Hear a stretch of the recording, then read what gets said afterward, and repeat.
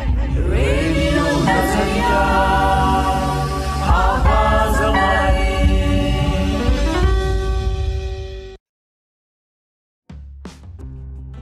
नमस्कार दोस्तों, आप सुन रहे हो रेडियो नजरिया 107.8 आवाज हमारी और मैं हूं आपकी दोस्त डिम्पल। वोट तंत्र के खास प्रोग्राम में आपका स्वागत है। आज का मुद्दा बहुत ही सीधा है लेकिन असर बहुत बड़ा है। एक वोट का क्या महत्व है और हमें वोट देना क्यों जरूरी है। कई लोग सोचते हैं कि मेरे एक वोट से क्या फर्क पड़ेगा। अगर आप भी ऐसा सोचते हैं तो ये शो आपके लिए। मतदान एक लोकतांत्रिक देश में बहुत ही महत्वपूर्ण अधिकार और जिम्मेदारी है। इसे हम सबको मिलकर निभानी चाहिए।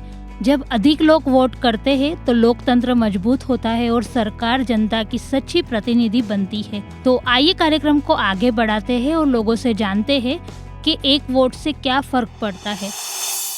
વોટ આપવો બધાનો અધિકાર છે અને બધાએ પોતાના અધિકારનો ઉપયોગ કરવો જોઈએ। પોતાના એક વોટની તાકાતથી સારામાં સારી સરકાર બને, જે સરકાર બનવાથી લોકોના જનકલ્યાણના જે કાર્યો છે, જે મૂળભૂત જરૂરિયાતો છે એ લોકો સુધી પહોંચી શકે। સારી સરકાર હશે તો મહાનગરથી રાજ્ય, રાજ્યથી દેશ મજબૂત થશે ને જેટલો વધારે દેશ મજબૂત થશે એટલું લોકોની સુખાકારી, સુખ, સલામતી અને શાંતિ પ્રસ્થાપિત થશે અને લોકો માટે જીવન જરૂરિયાત વસ્તુઓ પૂરતા પ્રમાણમાં મળી રહેશે તો બધાનું આરોગ્ય પણ સારું રહેશે। તમે દર વખતે વોટિંગ કરવા માટે જાઓ છો દર ઇલેક્શનમાં? હા, હું દર વખતે એક પણ ઇલેક્શનમાં મારો વોટ બાકી નથી રહ્યો જ્યારથી 18 વર્ષ પૂરા થયા છે ત્યારે। તો જે લોકો વોટ નથી આપતા તેમને તમે શું કહેવા માંગો છો? હું જે લોકો વોટ નથી આપતા એમને એક જ વિનંતી છે કે પોતાના મત અધિકારનો ઉપયોગ કરી દેશમાં, રાજ્યમાં અને મહાનગરમાં સારામાં સારી સરકાર બને। એ સરકાર તમારા માટે જ બને છે। આપણે નોર્મલ નાગરિક જે ટેક્સ ભરે છે, ટેક્સના માધ્યમથી જે ઇન્કમ સરકારને થતી હોય, ઇન્કમના માધ્યમથી લોકોની સુવિધાઓ, રોડ, રસ્તા, આરોગ્યની સુવિધાઓ, સ્કૂલ, શિક્ષણ, એજ્યુકેશન, જેનાથી દેશનું ભવિષ્ય, આવનાર ભવિષ્ય જે બાળકો હોય સારું શિક્ષણ મળશે તો દેશનું ભવિષ્ય ઉજ્જવળ રહેશે। મારું નામ ભાવેશ રાવળ છે। વોટ આપવો એટલા માટે જરૂરી છે કારણ કે આ લોકશાહીનું પર્વ છે અને આપણા લોકશાહીનું પર્વ જ્યારે ઉજવાતો હોય ત્યારે દરેકનું જરૂરી બને છે કે પોતાના રાજાને જેમ પોતાના સરકારને જે આપણે ચૂનવાની છે તો એના માટે આપણો દરેક વોટ દરેક લોકોનો જરૂરી છે કારણ કે આપણે પોતાના હક માટે વોટ કરીએ છીએ। એક વોટની તમારા હિસાબે એક વોટની શું તાકાત છે? દરેક વોટની પોતાની કિંમત છે કારણ કે એક વોટના અંતરથી સારી સરકાર બની શકે છે અને આપણા હક મળી શકે છે અને એક વોટ ના મળે તો સરકાર પડી પણ શકે છે। એટલે આપણે દરેક વોટની કિંમત છે અને લોકશાહીની અંદર દરેક વોટની કિંમત આપણે આંકી નહીં એ બેજ કિંમતી છે। તમે દર વખતે વોટિંગ કરવા માટે જાઓ છો? જ્યારથી મને પ્રથમ વોટ કરવાનો મોકો મળ્યો છે ત્યારથી લઈને આજ સુધી દરેક વખતે વોટ કર્યું છે અને આગળ પણ વોટ કરતા રહીશું અને દરેકને અપીલ છે કે એ પણ પોતાનો હક મેળવવા માટે વોટિંગ જરૂરી કરે। અત્યારે લગ્નગાળાની સિઝન છે તો ઘણા બધા લોકો વોટિંગ છોડીને લગ્નમાં યા ગામડે જવાનું વિચારી રહ્યા છે, તો એવા લોકોને તમે શું સંદેશ આપવા માંગો છો? એવા લોકોને જો બની શકે, કારણ કે અમુક કાર્યમાં એવું છે કે પહેલાંથી શિડ્યુલ થઈ ગયા છે, પણ આપે જોયું હશે સોશિયલ મીડિયામાં કે ક્યાં પણ કે વરરાજા પોતે પણ મુહૂર્તના સમય કાઢીને, આપણે સમય આખો દિવસ નથી પણ જેટલું બની શકે 7 વાગ્યાથી આપણું વોટિંગ ચાલુ થાય છે, જેટલું બની વોટિંગ કરીને પોતાના દરેક કાર્ય કરી શકે છે કારણ કે એમાં આખો દિવસ જતો નથી। એટલે હું તો દરેકને વિનંતી કરીશ કે પોતાનો સમય કાઢી 5 મિનિટ પણ કાઢી પોતાનો વોટ કરવો જોઈએ। रेडियो नजरिया आवाज हमारी।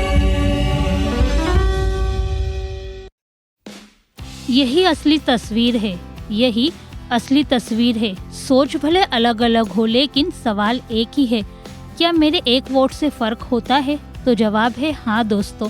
शादी हो या एग्जाम, हर काम जरूरी है लेकिन वोट देना सबसे जरूरी है। चलो वोट करें, मेरा वोट मेरी पहचान। घर बैठकर शिकायत करना आसान है लेकिन बदलाव लाने के लिए बाहर निकलना पड़ता है। तो उम्मीद है आप सब अपनी जवाबदारी निभाएंगे और 26 अप्रैल को वोट देने जरूर जाएंगे। इतिहास गवाह है, कई चुनाव ऐसे भी हुए हैं जहां जीत का फैसला सिर्फ कुछ वोटों से हुआ है। सोचिए, कुछ लोग अगर ये सोचकर वोट नहीं देते हैं कि हमसे क्या फ़र्क पड़ेगा, तो वही कुछ वोट पूरा नतीजा बदल देते हैं। एक वोट सिर्फ बटन नहीं है, ये आपकी आवाज़ है, आपका हक है, आपकी ताकत है।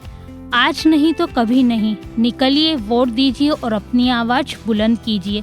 आइए कार्यक्रम को आगे बढ़ाते हैं और अब बात करते हैं उन नए चेहरों से जो इस बार चुनावी मैदान में उतरे हैं।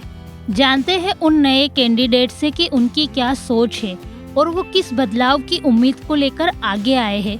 क्या उन्हें राजनीति में आने की प्रेरणा मिली है और वो जनता के लिए क्या नया करना चाहते हैं। तो चलिए सुनते हैं नए कैंडिडेट से उनके विचार और उनकी सोच के बारे में। મારું નામ તરુણ પઢિયાર છે, જમાલપુર વોર્ડ ઉમેદવાર છું। આ વખતે તમે ચુનાવ લડવાનું કેમ વિચાર્યું?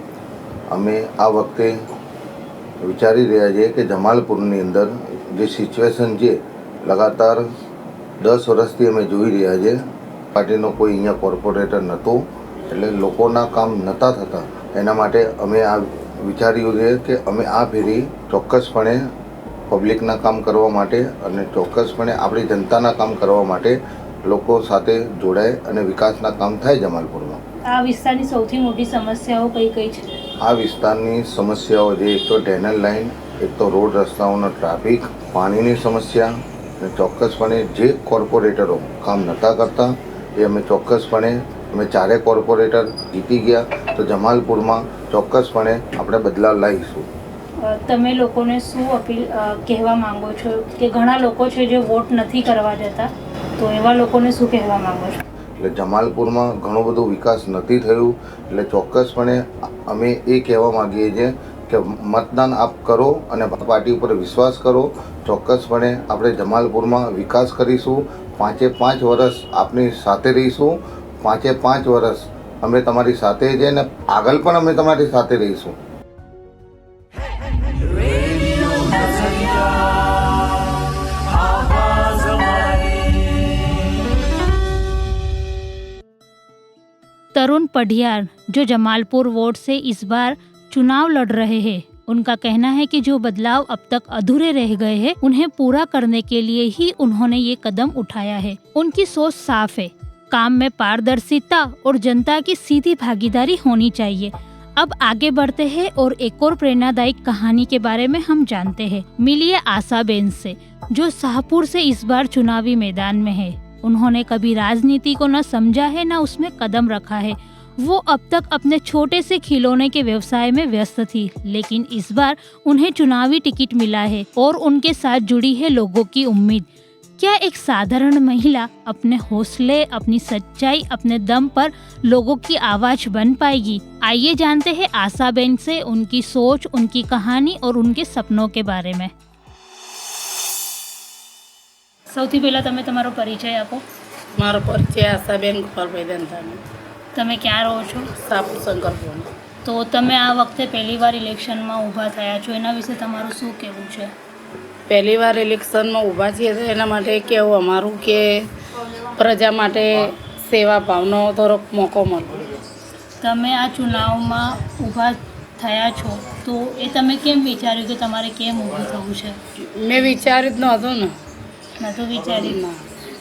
તમારા હિસાબથી તમારા વિસ્તારની સૌથી મોટી સમસ્યાઓ કઈ કઈ છે? અમારા વિસ્તારની સૌથી મોટી સમસ્યા ગટર લાઈન, પાણી લાઈન, પથ્થર લાઈન, શિક્ષણ, મેડિકલ, મહિલા માટે કોઈ રોજગાર, એ સમસ્યા। જો તમે જીતી જાઓ તો તમે શું બદલાવ કરવા માંગો છો? અમે શિક્ષણ બદલાવ કરીશું, મહિલાઓ માટે રોજગાર માટે કરીશું, જે ગટર લાઈન, પાણી લાઈન, પથ્થર, કોઈ બી સમસ્યા ન કરે।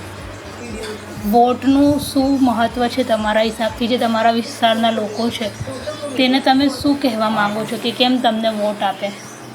અમારા વિસ્તારનું એ મહત્ત્વ છે કે બધાને મારી પ્રજા, મારી સમાજ, બીજી પણ સમાજને મારા પર પૂરેપૂરો ભરોસો છે અને વિશ્વાસ છે।